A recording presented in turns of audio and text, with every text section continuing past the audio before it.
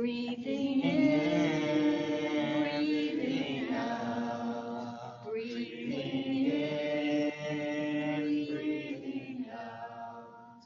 I am blooming as a flower. I am fresh as the dew. I am solid as a mountain. I am firm as the earth. I am free. That's really nice. Thank you. All right, so now we're going to do breathing in, breathing out again. And this one starts with I am water reflecting, so you'll just kind of make a little wave across your hand. I am water reflecting what is real, what is true.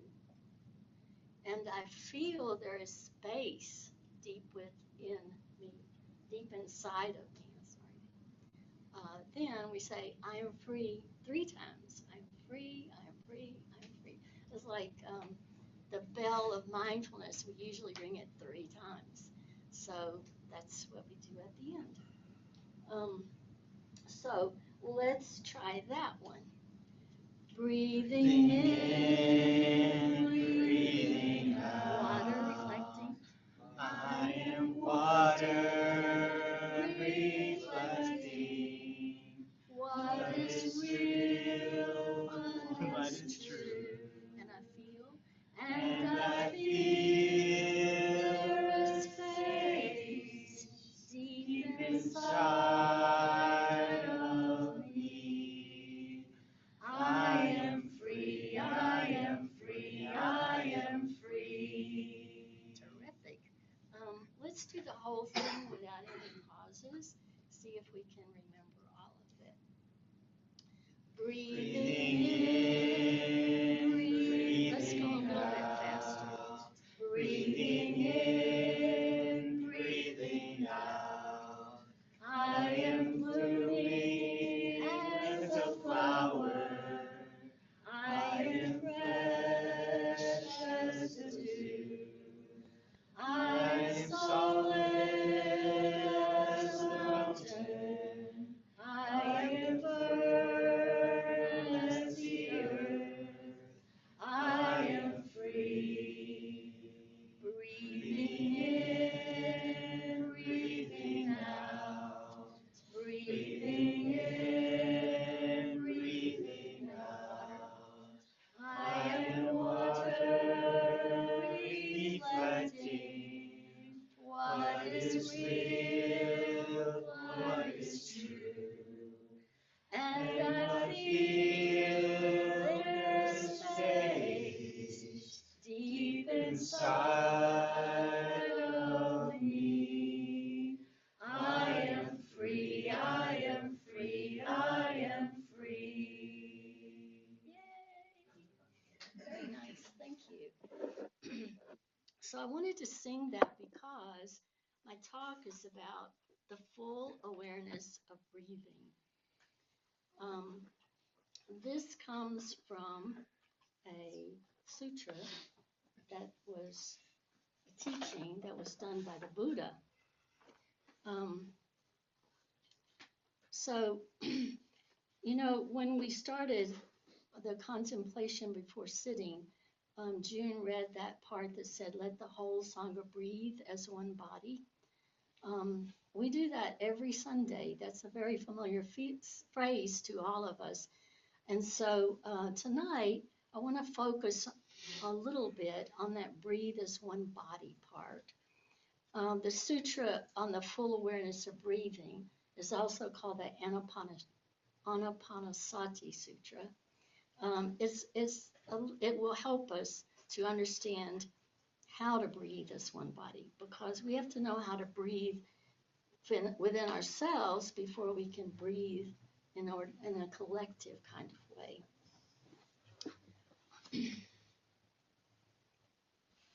I wanted to also say, notice the name of the sutra is the full awareness of breathing. It's not the half awareness of breathing or the 1/3 awareness of breathing. And I also want you to remember that it's very unlikely that, well, it's not impossible, but I think it's unlikely that any of us will achieve a full awareness of breathing, so that in all things we do every day, all the time, we are aware of our breath. That's tricky. That's challenging. So it's like a lot of the things that we have in our program. We say we talk about Brahma Viharas, and those are like aspirations. It's not that we're expected to live that way all the time. We're expected to do our best. And that's what this full awareness of breathing is about. It's not like the Buddha was expecting everyone to always practice a full awareness of breathing, but he gave us a guideline that would help us to kind of move in that direction. Our teacher Tai said that when he discovered this sutra on the full awareness of breathing, he felt like he had discovered the greatest treasure in the world. He said, before, I'd been content to simply gain knowledge. I didn't know how to enjoy the present moment, how to look deeply into my life, and how to enjoy the positive conditions that were all around me. And then he goes on to say that there are many great sutras, but the Anapanasati Sutra provides a path that leads to understanding of the four established of mindfulness and the 7 factors of awakening. So that's a lot of numbers and other sutras, but he considered this one to be kind of like the foundation for the others. I'm going to read a part of the sutra because I really always enjoy reading these. It gives me a sense of what the Buddha might have said and how it might have been when he was speaking. So let me find that page. If you've ever read a sutra, you know that it always starts out, I heard these words, because obviously none of these things were written down. So people later transcribed what they had heard. So the Sutra on the Full Awareness of Breathing. I heard these words of the Buddha one time when he was staying at Savatthi in the Eastern Park with many well-known and accomplished disciples, including Sariputra, who we know about, some of us. And then there is a list of 10 senior monks whose names I will not try to read, but it ends with Ananda, who's also a name we're familiar with. The senior bhikkhus, bhikkhu is a name for a monk. The senior bhikkhus in the community were diligently instructing bhikkhus who were new to the practice, some instructing 10 students, some 20, some 30, and some 40. And in this way, the bhikkhus new to the practice gradually made great progress. That night, the moon was full, and the Pavarani ceremony was held to mark the end of the rainy season retreat. Lord Buddha, the awakened one, was sitting in the open air, and his disciples were gathered around him. After looking over the assembly, he began to speak. O bhikkhus, I am pleased to observe the fruit you have attained in your practice. Yet I know you can make even more progress, What you have not yet attained, you can attain. What you have not yet realized, you can realize perfectly. To encourage your efforts, I will stay here until the next full moon. When they heard that the Lord Buddha was going to stay at Savatthi for another month, bhikkhus throughout the country began traveling there to study with him. The senior bhikkhus continued teaching the bhikkhus new to the practice even more ardently. With this help, the newer bhikkhus were able, little by little, to continue their progress in understanding. When the next full moon day arrived, The Buddha, seated under the open sky, looked over the assembly of bhikkhus and began to speak. O bhikkhus, our community is pure and good. At its heart, it is without useless and boastful talk, and therefore it deserves to receive offerings and be considered a field of merit. Such a company is rare, and any pilgrim who seeks it, no matter how far he must travel, will find it worthy. And he goes on to say, sort of like compliment them, acknowledge all of the progress that they've made and the things that they've learned. And he ends with this question.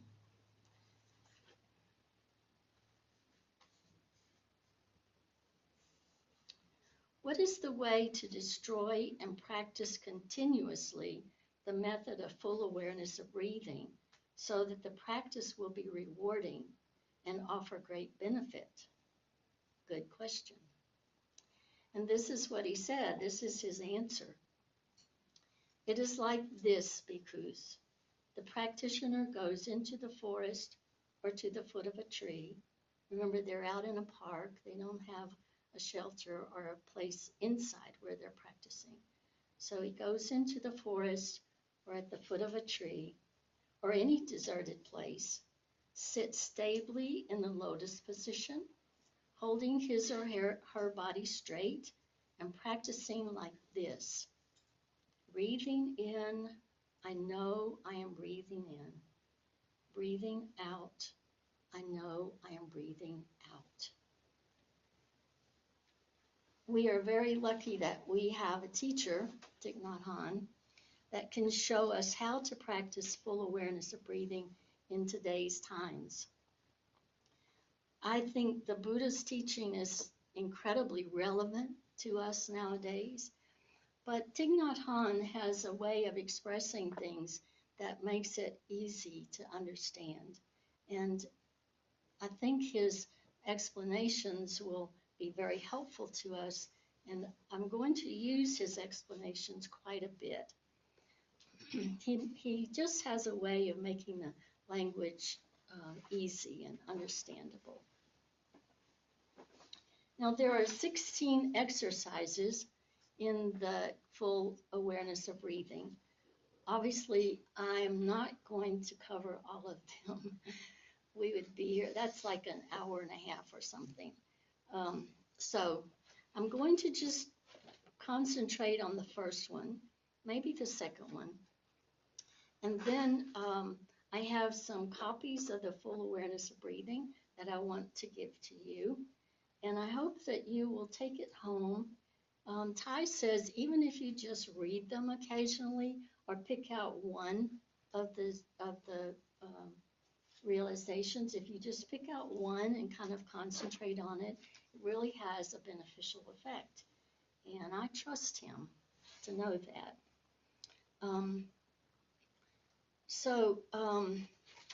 When we say breathing in, I know I am breathing in, I think that word know is very important to remember. It's not like, I think I'm okay. Breathing in, I think I'm breathing in.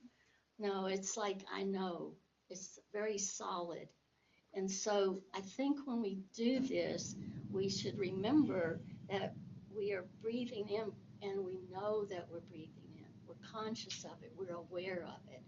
That is one of the keys, I think, to understanding this sutra and understanding full awareness of breathing. The first two exercises are instructions about recognizing whether the breath is long or short, calm, not calm, even, not even. It's just a way to recognize the quality of the breath. And we're not trying to manipulate the breath or change it in any way. We're just recognizing it. Ty says that to practice in that way helps to prevent us from trying to regulate our breath.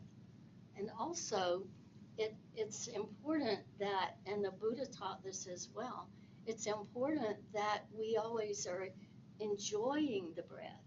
It's not a chore. It's not a job.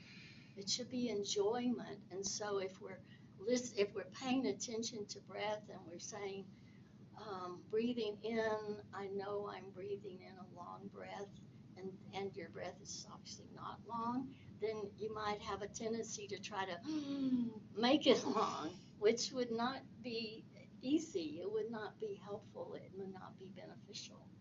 And so, even though the first instruction is exactly that, breathing in a long breath, I know I am breathing in a long breath.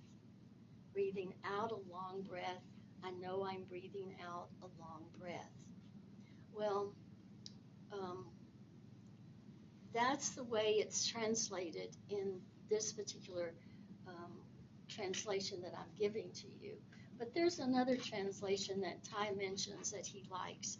It's from a Chinese translation. And in that one, they say, breathing in a long or a short breath, I know I'm breathing in a long or a short breath. So you're actually allowing for recognition of any kind of breath that's happening at that time. So using these, in fact, I think we should pass these out now. Maybe just pass them around. I don't know how they work. Okay. So that you get an idea of the whole scope of this practice. We're going to begin with this preliminary teaching, and then later I will discuss the way that it's organized, and then you can find out which one you want to practice. So the first four are all about this initial foundation. They are about what's called form. The next four, beginning with 5 through 8, are about your feelings. You might notice number 5 says, breathing in, I feel joyful. And then the next one says, breathing out, I feel happy.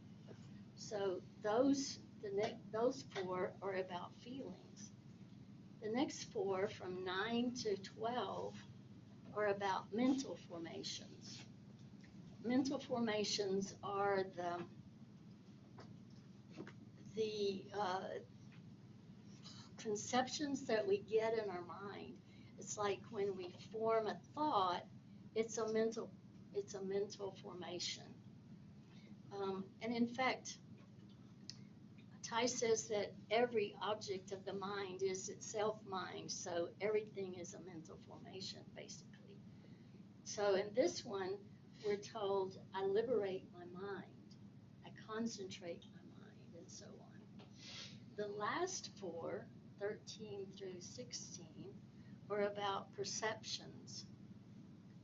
And so in this one, we're going to notice the impermanent nature of the dharmas, the disappearance of desire. These are a little more complicated, and so I'm not going to talk about them very much.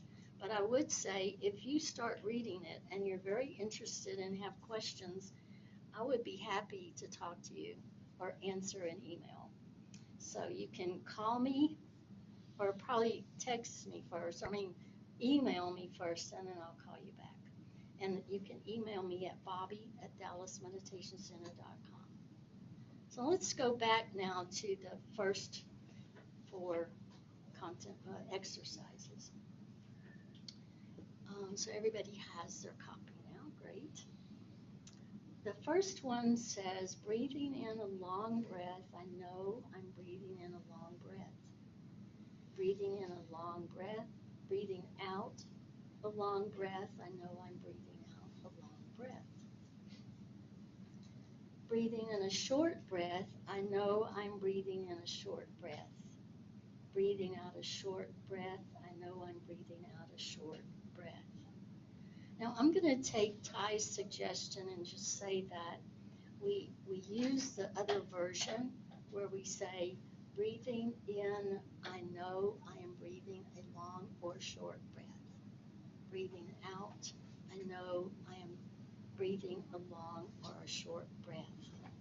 So I know we already meditated, so we're not going to do a full-blown meditation, but I encourage you to kind of get in a space that's comfortable to you. It doesn't have to be sitting like you do in meditation, but just so that you're comfortable. And then allow your eyes to just kind of drift toward in front of you, down toward the floor. Just a soft gaze. And then say for yourself, I will say it again, but then you'll say it in your own minds quietly. Breathing in, I know that I'm breathing in a long or a short breath. Breathing out, I know I am breathing out a long or a short breath. After that, you can just say in and out. And while saying in and out, you're simply noticing what your breath is like, noticing kind of the quality of your breath. Is it long? Is it short?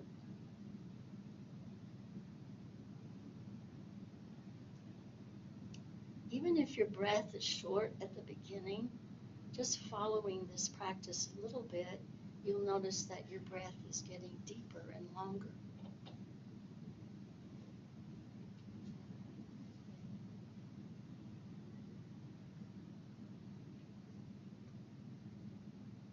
If you already have a meditation practice, you've practiced these. This is not anything new to you, probably.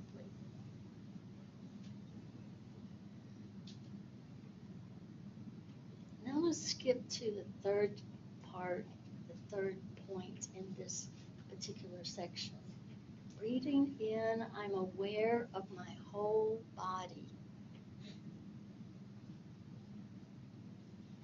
Take your time to just feel your energy moving through your whole body.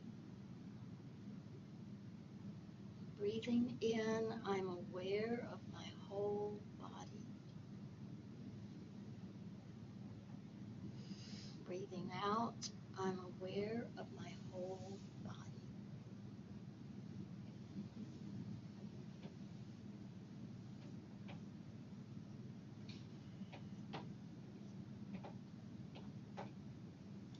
This is an opportunity for us to see where there might be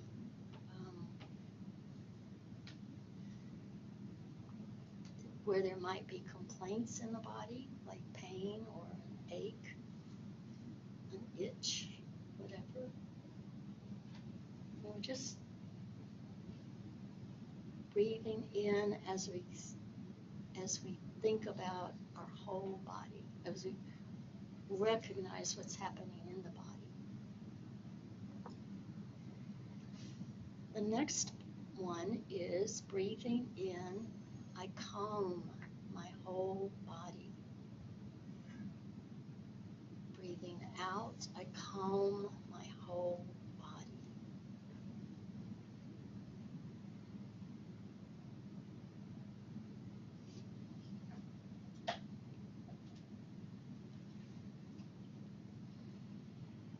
Perhaps just the words will help you to calm your body. They help me. But if you need a little more inspiration or whatever, I think it's okay to allow yourself to think about some place where you feel really calm, some place where you're very relaxed. And then maybe you can say, breathing in, I calm my whole body. Breathing out, I calm my whole body.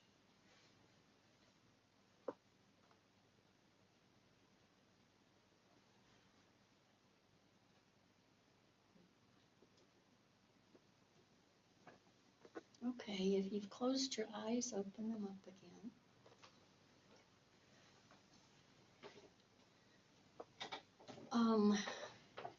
We all know that we are encouraged by the Buddha and by Thai to investigate their teachings to see if they speak to us, if they're true for us. And so I hope you'll take this handout home and read over it, read over the exercises, perhaps before you meditate, or try, as I said before, Thai's suggestion to just use it throughout your day. In his book, which I'm referencing, is Breathe, You Are Alive.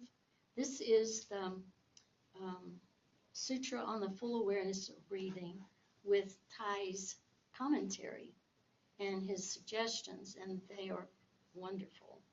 So obviously I don't have time to share all of that with you, but one of the things Thai suggests is to say to yourself, breathing in, I am preparing breakfast. Breathing out, I am preparing breakfast. Just whatever you're doing, just to be aware of your breath. Breathing in, I'm brushing my teeth. Breathing out, I'm brushing my teeth. Or breathing in, I'm driving to the meditation center. Breathing out, I'm driving to the meditation center. I have to tell you, be honest with you, that I don't do this very often. And so this was a reminder to me of how important it is. And by the time I was driving here today, I felt wonderful. I was happy. I was calm. I was aware of my breath.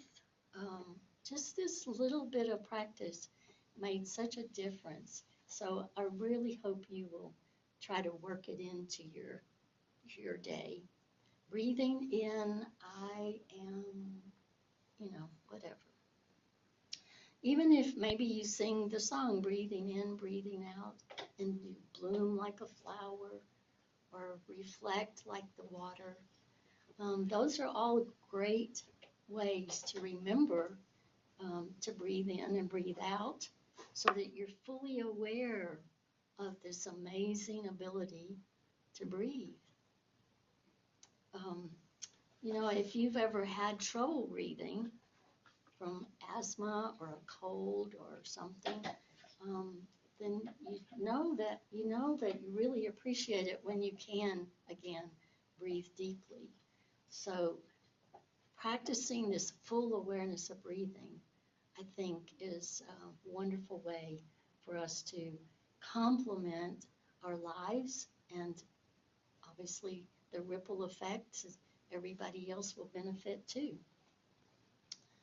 So I'm going to ask you to kind of put yourselves in little groups so that you can share with one another. And after you've done that, here are some questions you might think about or discuss, just suggestions. The first question is, do you think that sometimes you actually do practice the full awareness of breathing? Maybe when you're meditating, maybe you really practice full awareness of your breath. Another question might be, what challenges do you encounter? What's difficult?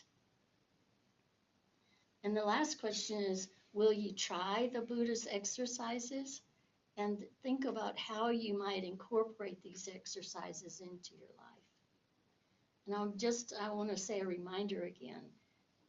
The Buddha did not expect, nor does I, nor do I or anybody else, expect that you do this whole 16 every time you do it. It's just that choose a section that feels like it's kind of calling you to practice that part. And don't worry about doing all of it. As we all know, if you practice a part of it, everything is related, everything is connected, So you will actually get some benefit from all of them just by practicing any section. So organize yourselves into groups of maybe 3, and we'll take some time for sharing. We'll have about 10 minutes for sharing.